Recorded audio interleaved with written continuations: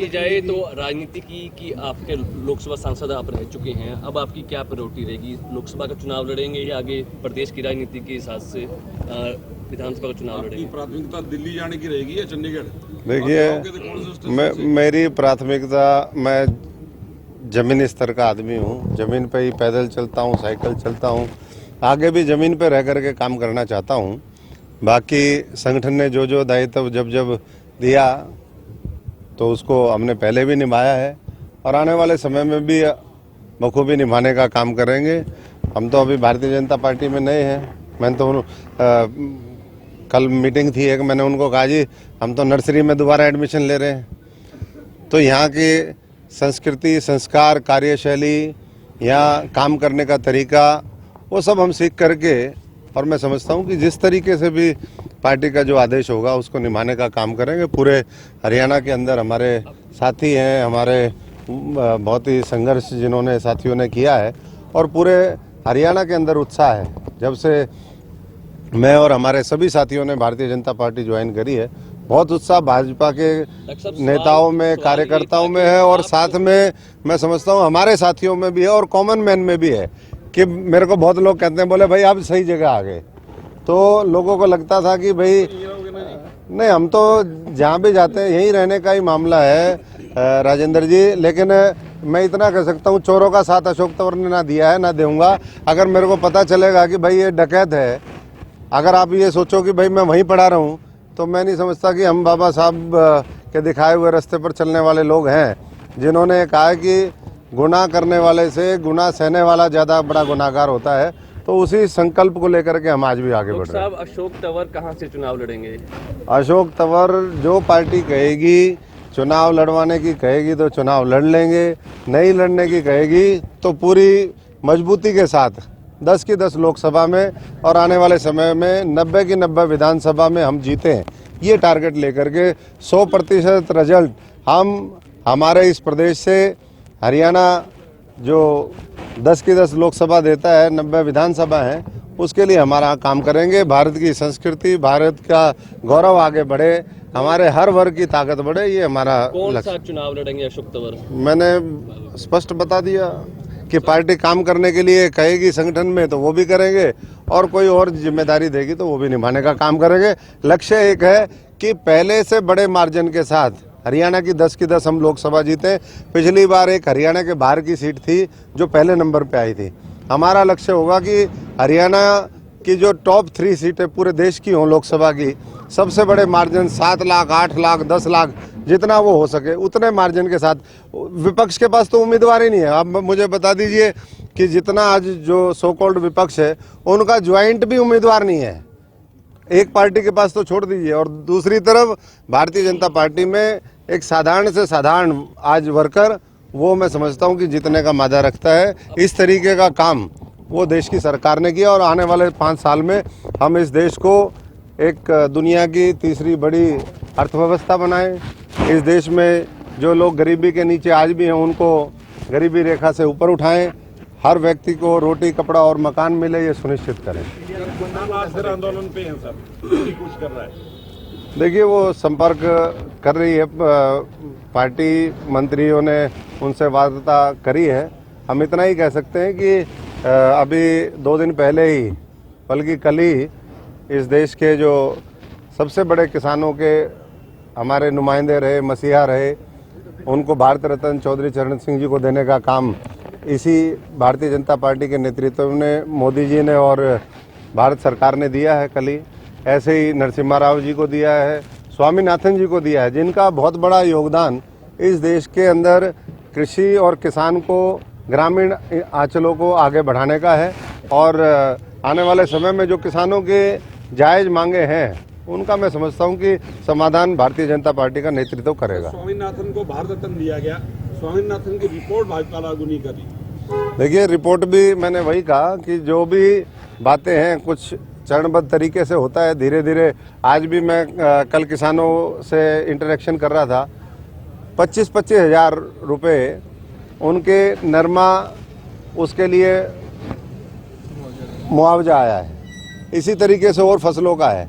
अगर एक एक किसान की पिछले अगर उठा करके देखो, जो साल का देती है सरकार वो तो अलग है, लेकिन लाखों रुपए उनके खाते में डालते हैं और भावांतर से लेकर के तमाम और योजनाएं हैं। और मैं समझता हूं कि किसानों का सम्मान, किसानों का सशक्तिकरण, किसान देश में सबसे मजबूत हो, ये लक्ष्य लेकर के आने वाले 5 साल फिर मोदी सरकार काम अब करेगी। आपकी पुरानी पार्टी आम आदमी पार्टी का क्या वजूद मानते हैं सेंट्रल लेवल और हरियाणा के लेवल पर? देखो, उन्होंने तो पहले ही अपना जो करना था, अब उसकी ना चर्चा करें तो मैं समझता हूँ कि अब तो ये जो हरियाणा का मानचित्र है इससे वैसे ही गायब हो जाएंगे। और दूसरी बात ये है कि वो पैकिंग उन्होंने शुरू कर दी है हरियाणा से। वो उनका मॉडल ऐसा ही है, थोड़े दिन जाओ, थोड़ा किसी से साँठ-गाँठ करो, कुछ उसके माध्यम से दूसरे प्रदेशों में जहाँ सरकार है वहाँ अपने आप को और मजबूत करने की कोशिश करो। लेकिन आज दिल्ली से लेकर के पंजाब सब जगह मैं समझता हूँ कि ये जो चुनाव होगा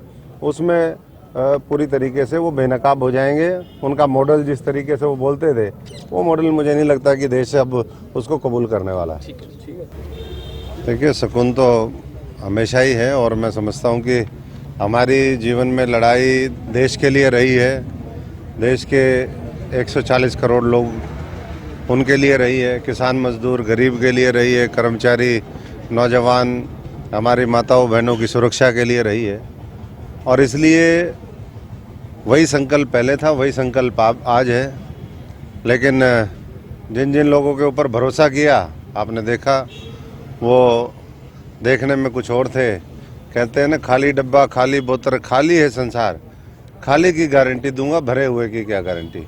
तो ये खाली की गारंटी वाले लोग थे, ये इनके अंदर ना कोई दम था ना कोई इनकी नीयत थी। और इसीलिए मैं समझता हूँ कि मैंने भी और हमारे लाखों साथी जो हैं इस हरियाणा में, जो आज अपने सपनों का भारत बनाना चाहते हैं, विकसित भारत बनाना चाहते हैं, उन्होंने भारतीय जनता पार्टी और नरेंद्र मोदी जी के नेतृत्व में, मनोहर लाल जी के नेतृत्व में भारतीय जनता पार्टी ज्वाइन करी है और उसी में हम लोग काम करने में लगे हुए हैं। संगठन की जहाँ तक बात है, संगठन की जो क्षमता, आज पूरी दुनिया का सबसे बड़ा संगठन भारतीय जनता पार्टी है। और जिस तरीके से वो पूरी निष्ठा और ईमानदारी से ज़मीनी स्तर पर काम कर रहे हैं आज, वो अपने आप में बेमिसाल है। एक स्वार्थ की राजनीति जिस तरीके से लोग करते हैं वो वहाँ पर नहीं है। वहाँ पर समर्पण का भाव है, प्यार प्रेम का भाव है, सौहार्द का भाव है। और ऐसा वातावरण और अनुशासन वो मैं समझता हूँ कि किसी भी पार्टी और देश को ऊपर उठाने के लिए अति आवश्यक है। पीछे मैंने कई मीटिंगें अटेंड करी, हमारे वर्कशॉप हुई, पहले सूरजकुंड के अंदर हुई, उसके बाद और दूसरी कई मीटिंगें हुई। और हर मीटिंग में मैंने देखा कि जिस तरीके से काम किया जाता है, बारीकी से जो समझ है ग्राउंड की, और उसी के अनुरूप कार्यक्रम पार्टी आज चला रही है। अभी चलो गांव अभियान कल पूरे देश में शुरुआत उसकी हुई और आप सबने देखा कि 12 लाख जगह ये कार्यक्रम एक ही दिन में इतने बड़े पैमाने पर, मैं समझता हूँ कि कोई भी पार्टी, पहली बात तो उनका संगठन नहीं है। अब हरियाणा में ही देख लो, कुछ लोग हैं जिनका 9.5-10 साल में संगठन ही नहीं है। तो ऐसी जो शक्ति है उसको देश के निर्माण में कैसे लगाया जाए, ये संकल्प लेकर के भारतीय जनता पार्टी आज लोगों के बीच में गई है। और चलो गांव अभियान में मेरा भी 24 घंटे का प्रवास था, मैं भी अभी लौटा हूं थोड़ी देर पहले ही। कल हम गए थे माधो सिंघाना, 6 बूथ की ड्यूटी मेरे पास थी और माधो सिंघाना में मैं पहले भी जाता रहा हूं और आज भी। और आप सबको पता है कि हम बिल्कुल जो कहते हैं निष्पक्ष होकर के करते हैं। अच्छी बात है तो अच्छी भी कहेंगे और ख़राब बात है तो ख़राब भी कहेंगे। तो इस अंतराल में जो भारतीय जनता पार्टी का 10 साल का कार्यकाल रहा, उसमें वहाँ बहुत देखने को मिला। मैं वहाँ कल CHC में गया, CHC में जिस तरीके की सफाई है, जिस तरीके से डॉक्टर उपलब्ध हैं, वो सारा देख करके मैं खुद आश्चर्यचकित हुआ कि इतना काम हुआ है। वहाँ पर 30 डॉक्टर हैं, हॉस्पिटल पूरा बढ़िया तरीके से फंक्शनिंग है। उसके बाद गौशाला में हम गए, गौशालाओं में ग्रांट तो हमने भी दी थी, 15 लाख मैंने भी अपने समय में ग्रांट दी थी। लेकिन अब सरकार की तरफ से और ज़्यादा उनकी तूड़ी के लिए 7.5 लाख की 2 ग्रांट आई है। वहाँ पर शेड बनाया गया है। आज हजारों गायें वहाँ पर हैं। तो चाहे गाय का मामला हो, चाहे गरीब समाज का मामला हो, उनकी गलियों का निर्माण हो, और इसी तरीके से हम वेटनरी सेंटर गए। कल मैंने वहाँ बच्चों के साथ जो मिडिल स्कूल प्राइमरी स्कूल के बच्चे हैं उनके साथ मैंने मिड डे मील किया।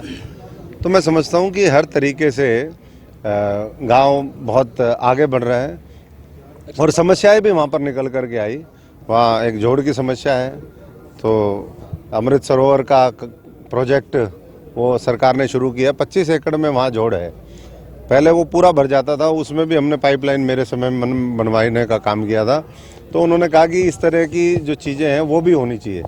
तो आज ऐसे माहौल में जहाँ विपक्ष मान बैठा है हार, हो रही है जय जयकार, फिर बनेगी तीसरी बार खट्टर और मोदी सरकार, आंकड़ा होगा 400 पार, फिर होगी जय जयकार। तो ये नारा जो है वहीं से गांव से लिख के किसी साथी ने मुझे दिया। तो ऐसा भाव जहाँ पर हो तो मैं समझता हूँ कि वहाँ पूरी ऊर्जा के साथ और काम करेंगे। और मैं माधव सिंघाना के साथियों का भी धन्यवाद करता हूँ, और जो साथी हमारे साथ पूरे हरियाणा के अंदर गांव चलो अभियान में वो साक्षी बने, और गांव में पुरजोर तरीके से जिन्होंने अपनी बात को हमेशा रखा है और आज भी आने वाले समय में गांव को आगे ले जाने का संकल्प है, मैं उनका धन्यवाद करता हूँ।